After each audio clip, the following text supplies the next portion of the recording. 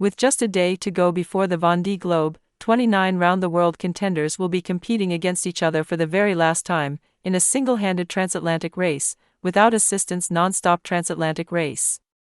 After their exhibition race at the foot of the Statue of Liberty, the Vendée Liberty Show, which promised breathtaking images, the sailors involved will leave New York tomorrow, May 29, to head for Les Sables d'Olonne, in the Vendée. The first New York Vendée raced in 2016 was won by Jeremy Bayou. This second edition, the first organized by the Vendée Globe teams, is shaping up to be a major event, attracting a huge sporting enthusiasm. As well as being the last qualifying race for the Vendée Globe, it is also the last race in which the skippers log miles. And this one counts more than all the others. For every mile sailed, the sailors clock up 1.5. At the end of this race, the lineup for the Vendée Globe 2024 will be known. 29 skippers are taking part in this final rehearsal for the Vendée Globe. We are very proud to present this non-stop, non-assisted, single-handed transatlantic race, the New York Vendée, Les Sables d'Olonne, now organized by the Vendée Globe teams. The first edition took place in 2016. In 2020, due to the pandemic, its second edition, then organized by the IMOCA class, was transformed into a race to the Arctic Circle, the Vendée Arctique. Today, they are organizing these two events, which are perfectly complementary to the most demanding race of all, the Vendée Globe. This transatlantic race from New York allows them to strengthen the international aspect of the events.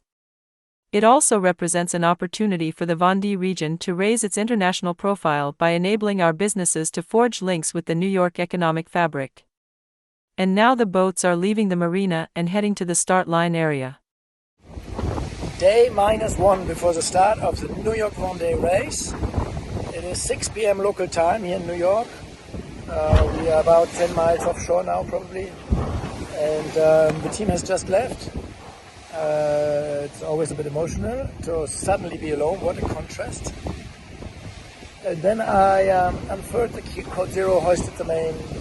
I have the foil retracted because we just saw whales. Another boat also has seen a whale. So we try to sail not faster than 10 knots, or at least not much faster. And slowly going to the start area, which is 80 miles away from here. And it feels a bit like a cruise at the moment. It's very unusual for us to be on these race boats and trying to go slow, except in big storms. And it's a beautiful blue sky with sheep clouds, and New York is just dropping out of sight. Maybe you're still there, see there Manhattan in the background, and little sheep clouds. Perfect sunshine, an easy way to get going. And the race is only tomorrow at 2 p.m., so a long time from now. I still see the Freedom Tower back there. The sun is very strong. The sea temperature is still 18 degrees here, and it will most likely drop off suddenly, very soon. Cheers, guys. Big thanks to the team. This has been a fantastic stopover challenge, done and managed. The big misfortune was the thunder strike on the boat was perfectly managed. Lots of work for everyone. Really well done. Thank you, everyone. Ciao.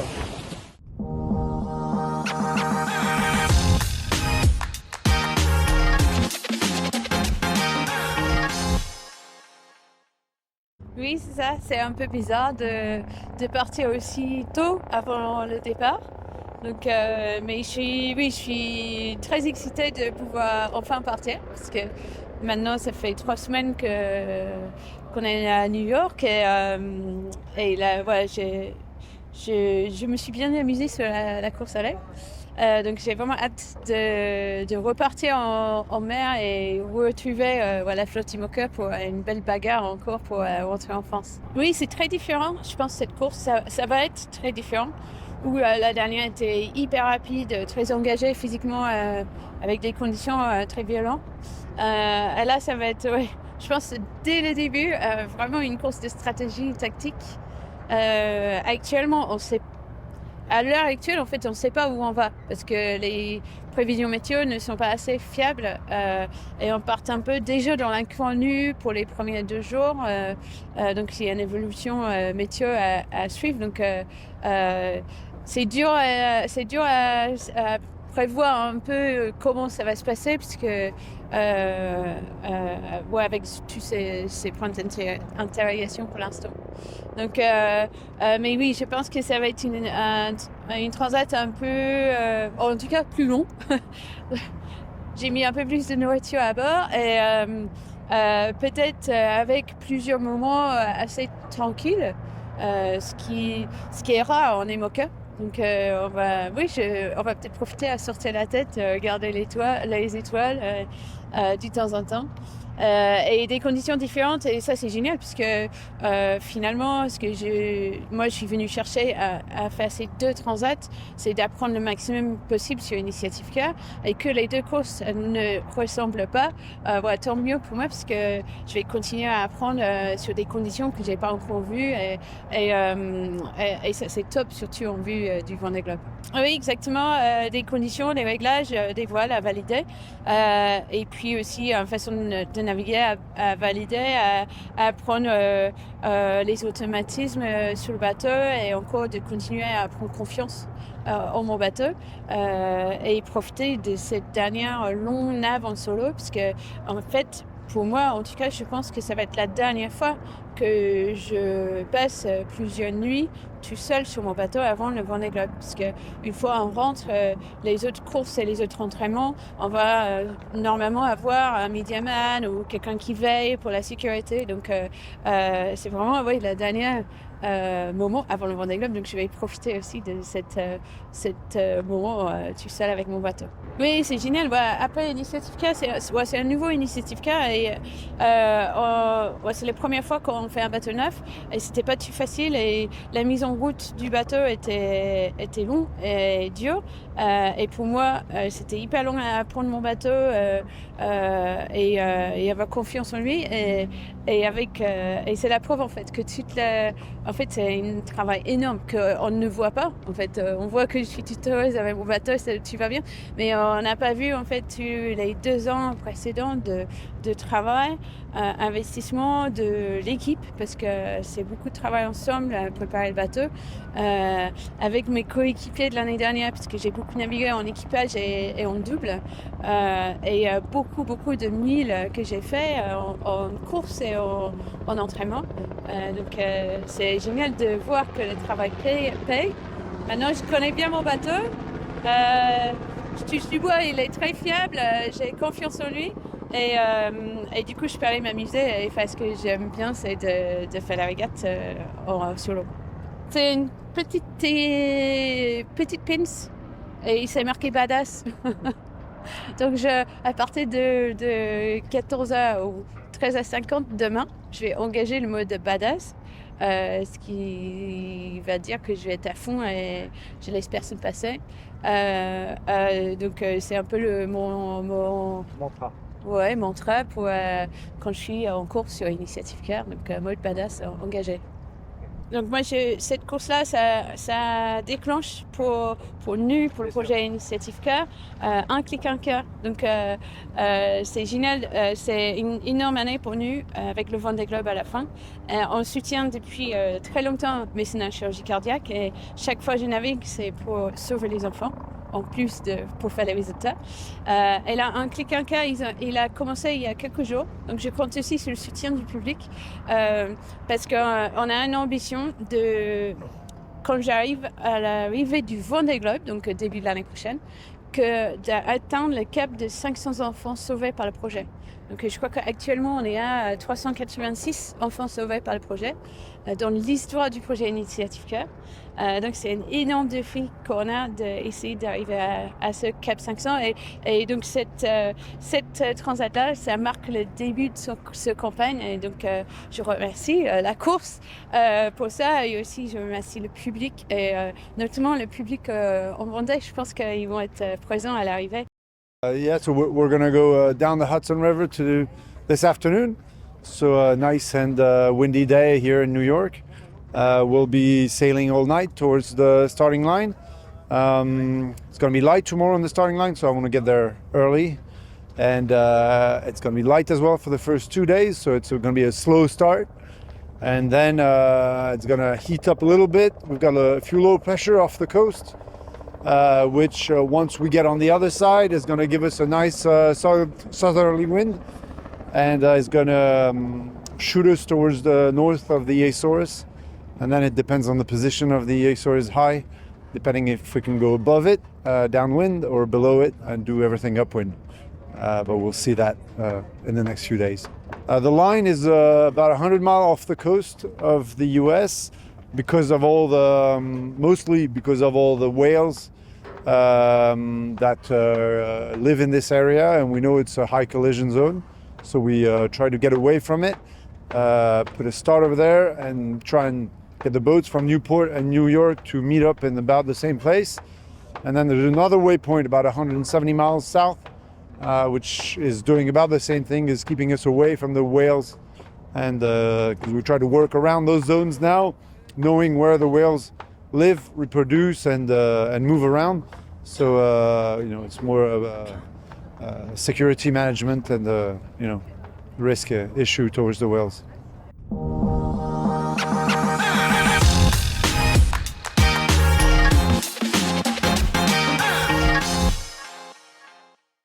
Oui, je me sens bien, je suis en forme, toujours un tout petit peu fatiguée de mes périples, mais globalement en forme, ça va. 2 jours ? Oui, moins de 2 jours, puis surtout on part demain en mer, donc en fait on a un peu l'impression que c'est demain le départ. Et je l'anticipe pas trop mal.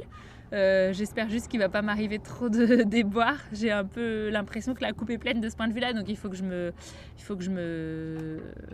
passera ce qui se passera en mer. De toute façon, on décide jamais vraiment, donc j'ai un petit peu de stress de ce côté-là, mais j'ai hâte d'être sur l'eau, j'ai hâte que le départ soit donné et tout. C'est toujours un peu bizarre ces phases de départ, et d'autant plus là quand tu pars en mer dans un corridor pour aller choper une ligne de départ au milieu de nulle part et tout, c'est un peu particulier, mais bon, ça fait partie du jeu. On est tous logés à la même enseigne, donc ça c'est cool, et voilà, je suis motivée, et moi j'ai toujours cet objectif de terminer la course qui tronque un tout petit peu l'état d'esprit. Voilà. Oui, moi l'objectif c'est le Vendée Globe, c'est d'être qualifiée, enfin sélectionnée pour le Vendée Globe, parce que je suis déjà qualifiée en termes de compétences, mais sélectionnée c'est une autre histoire, une autre limonade, et voilà, c'est sûr que j'ai un tout petit peu ce stress, cette épée de Damoclès toujours au-dessus de la tête, et ça change un peu la donne, enfin ça perturbe un peu, parce que quand tu commences à aller vite, à faire taper le bateau et tout, tu te fais un petit peu des nœuds au cerveau, et d'autant plus là après ce qui m'est arrivé. Mais bon, c'est pas pour autant que tu n'apprends pas à te servir de ton bateau, que tu n'apprends pas plein de choses. C'est toujours de l'apprentissage, c'est toujours de la prise d'expérience et tout, mais c'est un tout petit peu... on part pas tous avec exactement les mêmes états d'esprit sur cette course, ça c'est certain. Parce que justement, toi, qu'est-ce qui se passe si tu finis pas, par exemple, cette course ? Je sais pas trop. Je préfère pas y penser en mer, en course là. J'ai beaucoup de choses. Si tu commences à penser à toutes les conséquences de ce que tu fais, tu t'en sors pas. Et si je finis pas cette course, ça peut potentiellement... En vrai, je sais pas exactement. J'ai juste pas envie de me retrouver dans cette situation-là. J'aimerais que pour une fois les choses soient simples. Ça a rarement été simple dans mon projet depuis quelques années maintenant, et donc j'aimerais bien que les choses soient simples. Mon rêve, vraiment là, c'est vraiment ça, rien que d'y penser, j'ai des frissons partout, c'est d'arriver là aux alentours du 9-10 juin, je sais pas trop. Voilà, quoi qu'il arrive en fait, quel que soit, même si ça s'est pas passé comme je voulais en mer, en fait je m'en fiche. Je veux juste passer la ligne d'arrivée et que les choses deviennent enfin simples, que j'ai mon ticket pour le Vendée Globe et que je sois un concurrent parmi d'autres, et point.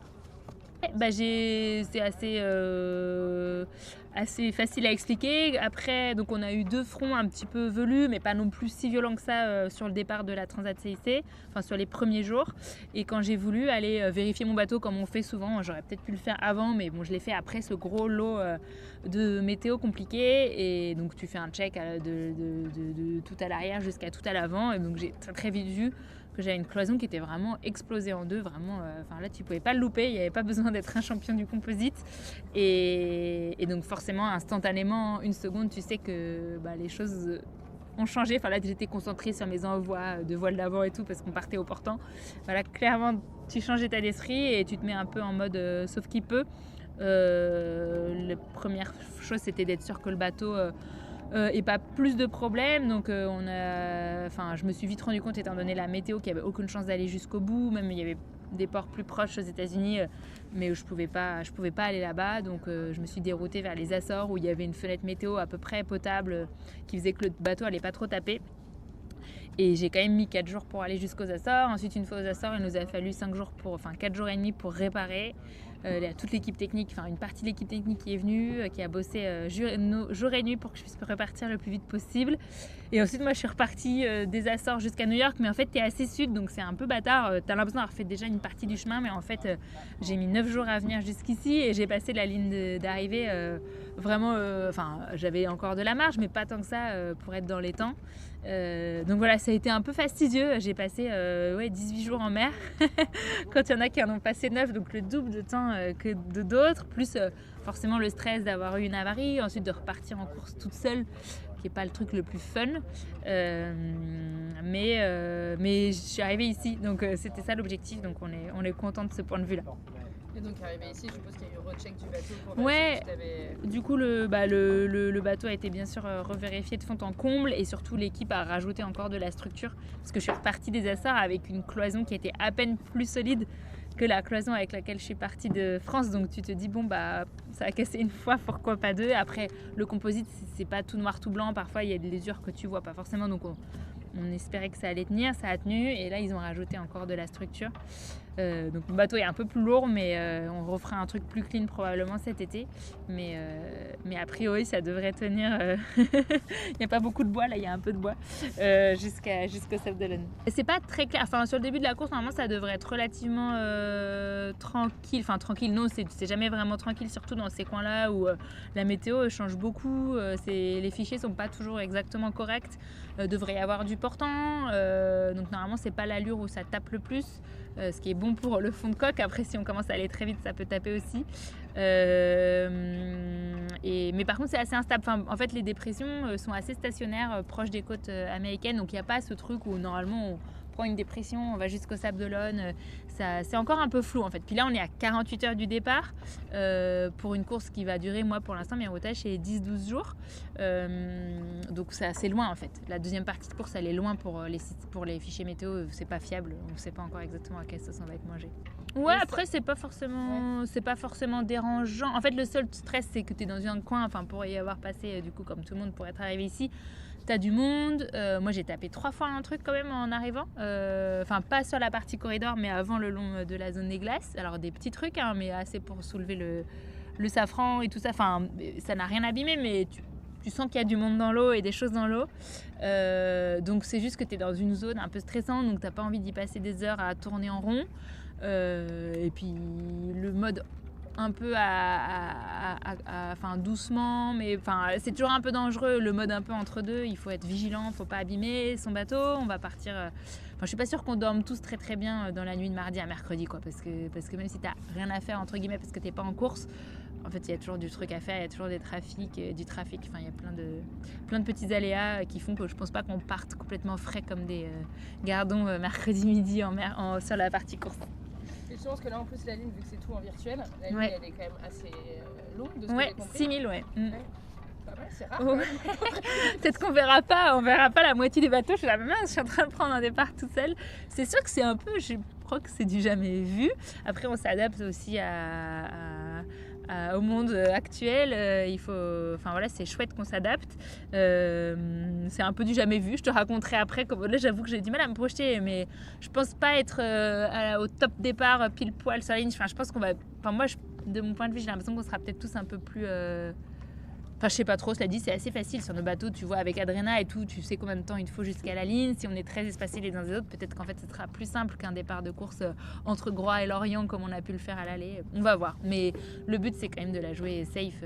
Ce serait quand même couillon de taper un autre bateau à 100 000 des côtes parce que t'as voulu gagner 20 secondes sur la ligne de départ. Il y a moyen de se chauffer alors qu'en fait si t'as un problème t'es mal, ouais. Oui, c'est bizarre. Mais moi j'ai de la chance dans mon bazar global, c'est que j'y vais pas pour gagner, je suis pas à 30 mètres près. On a toujours envie de faire bien les choses et d'être vite et tout ça, mais c'est pas au départ que ça va se passer pour moi, quoi. Sur la CIC, oui et non. Sur la CIC, jusqu'au moment où j'abandonne, j'étais à peu près à ma place. Moi, j'ai remis mes vieux foils en fait sur mon bateau pour préserver la meilleure. Nous, on n'a pas. Voilà, c'est un sport de compromis, on fait avec ce qu'on a, et donc moi j'ai la paire de foils du Vendée, juste après le Vendée de Charlie, donc qui est une super paire de foils, mais qui n'est pas non plus là ces générations de nouvelles paires de foils qui ont beaucoup de bateaux actuels.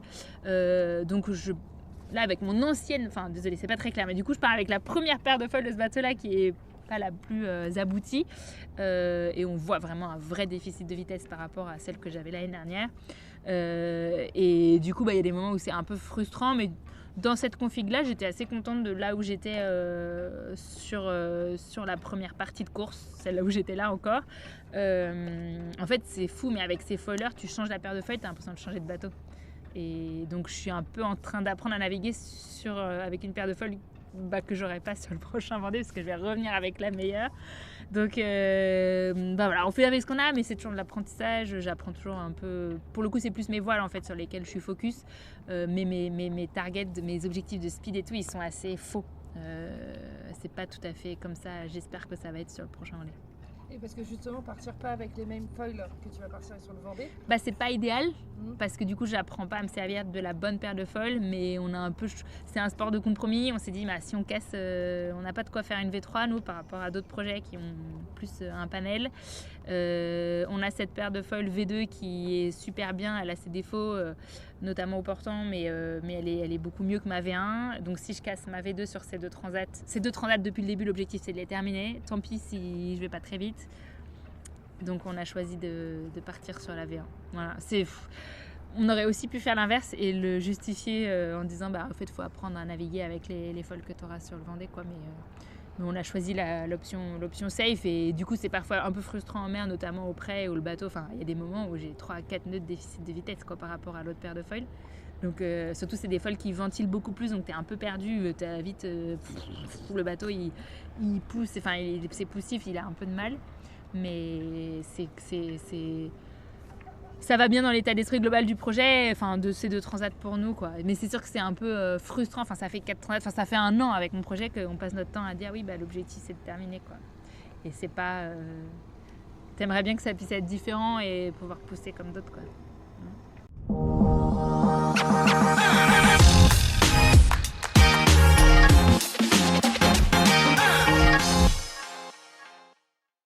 Je vais essayer de récupérer un colis qui a mis du temps à arriver, qui est bloqué aux douanes.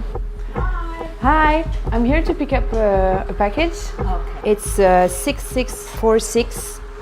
Let me go see what we could do for you. Okay, great. Thank you. Et donc, la douane a inspecté le colis, c'est-à-dire qu'ils l'ont ouvert.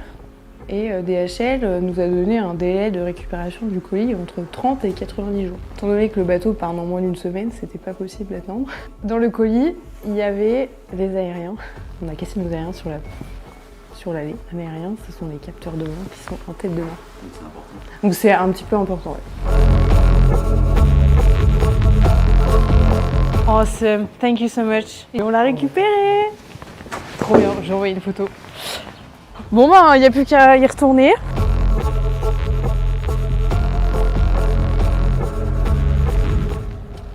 Je vais aller le donner à Cyril pour qu'il puisse avancer sur le changement d'aérien. Et au bateau, ils vont pouvoir préparer ça pour l'installer en tête de mât et faire en sorte que tout soit bien branché et que ce soit prêt pour le départ.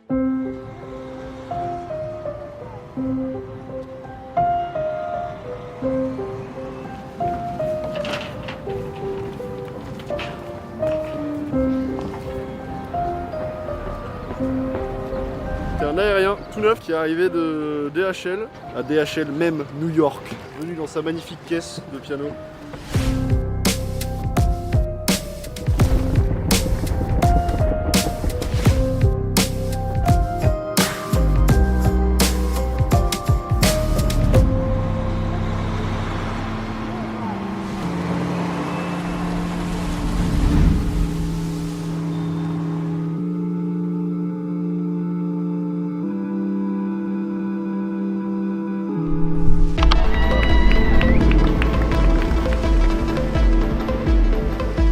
fait du bateau.